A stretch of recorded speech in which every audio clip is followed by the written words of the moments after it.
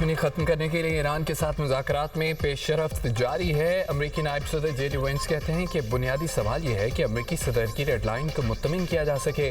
امریکی صدر کی ریڈ لائن بہت سادہ ہے، ایسے اقدامات چاہتے ہیں کہ ایران ایٹمی ہتھیار نہ بنا سکے۔ امریکی وزیر خارجہ مارکو روبیو کہتے ہیں کہ امریکہ چاہتا ہے کہ موقف بدلنے کے لیے چین ایران پر دباؤ ڈالے۔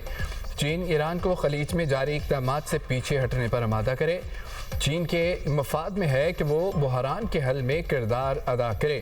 چین کے اپنے بحری جہاز ابنا ہرمس میں پھنسے ہوئے ہیں۔ چین موجودہ بحران سے متاثر ہو رہا ہے۔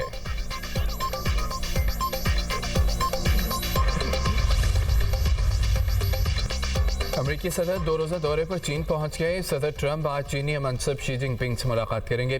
ایران جنگ سے متعلق معاملات پر تبادلہ خیال ہوگا۔ عالمی معیشت سے متعلق امور بھی زیر غور آئیں گے۔ ٹیرف جنگ اور توانائی بحران کے بعد یہ پہلی بڑی ملاقات ہوگی۔ روانگی سے پہلے امریکی صدر ڈونلڈ ٹرمپ کا کہنا تھا کہ صدر شی جن پنگ سے چینی منڈیوں کو امریکہ کے لیے کھولنے کی درخواست کروں گا تاکہ امریکی ٹیکنالوجی ماہرین چین کو مزید ترقی کی راہ پر لے جائیں۔ امریکی صدر کے وفد میں اہم شخصیات بھی شامل ہیں۔ ٹیسلا کے بانی ایلون مسک، انویڈیا کے سی ای او اور دیگر افراد بھی وفد کا حصہ۔ امریکی صدر ٹرمپ نے اس سے قبل 2017 میں چین کا دورہ کیا تھا۔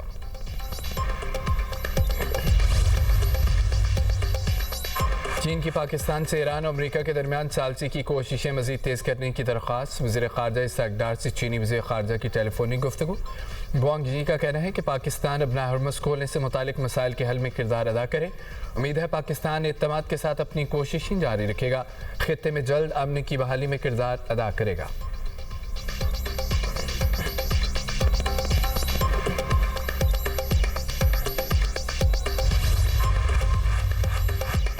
امریکہ اور اسرائیل کی جنگ سے پیچھے ہٹنے کا کوئی راستہ نہیں۔ امریکہ کے ساتھ جنگ بندی برقرار ہے۔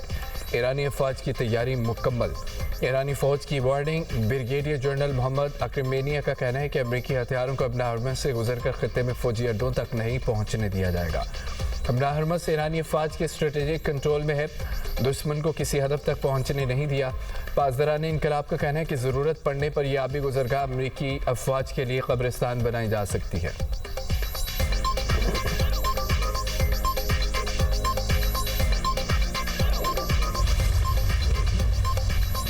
متحدہ عرب امارات کے نیتن یاہو کے دورے سے متعلق رپورٹ کی تردید۔ ترجمان اماراتی وزارت خارجہ کا کہنا ہے کہ نیتن یاہو نے دورہ کیا، نہ ہی کوئی اسرائیلی فوجی امارات آیا۔ متحدہ عرب امارات کے اسرائیل کے ساتھ تعلقات پوشیدہ نہیں۔ یو اے ای اسرائیل تعلقات اعلانیہ طور پر طے شدہ ابراہیم اکارڈ کے تحت ہیں۔ یہ تعلقات رازداری پر مبنی نہیں، اس لیے غیر اعلانیہ دوروں سے متعلق دعوے بے بنیاد ہیں۔ اس سے پہلے اسرائیلی وزیر اعظم محافظ کا کہنا تھا کہ نیتن یاہو نے دوران جنگ امارات کا دورہ کیا۔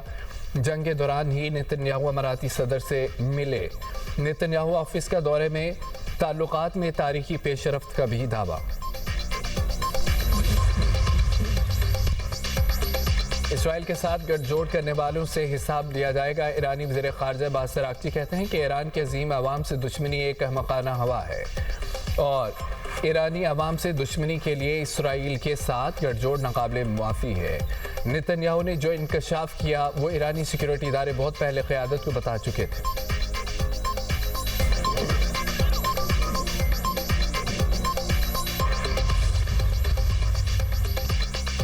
ایران کی بحری ناکہ بندی مزید سخت۔ امریکی سینٹرل کمانڈ کے مطابق امریکی افواج اب تک 67 تجارتی جہازوں کا رخ موڑ چکی ہے۔ حکم عدولی کرنے والے 4 جہازوں کو ناکارہ بنایا گیا۔ متعدد جہازوں کو ایرانی بندرگاہوں تک رسائی سے روک دیا گیا۔ اس ہفتے مزید 2 تجارتی جہازوں کو وارننگ کے بعد واپس جانے پر مجبور کیا گیا۔ انسانی امداد لے جانے والے 15 جہازوں کو خصوصی اجازت کے تحت گزرنے دیا گیا۔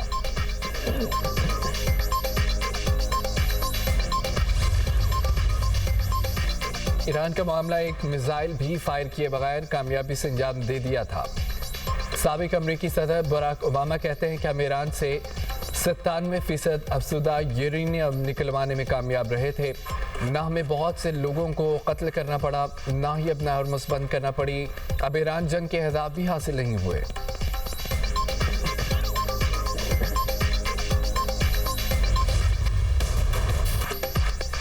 دفاع وطن کا عزم، 5 بہادر سپوت ارض پاک پر قربان۔ بارکھان میں سیکیورٹی فورسز کا فی الحال ہندوستان کے خلاف آپریشن۔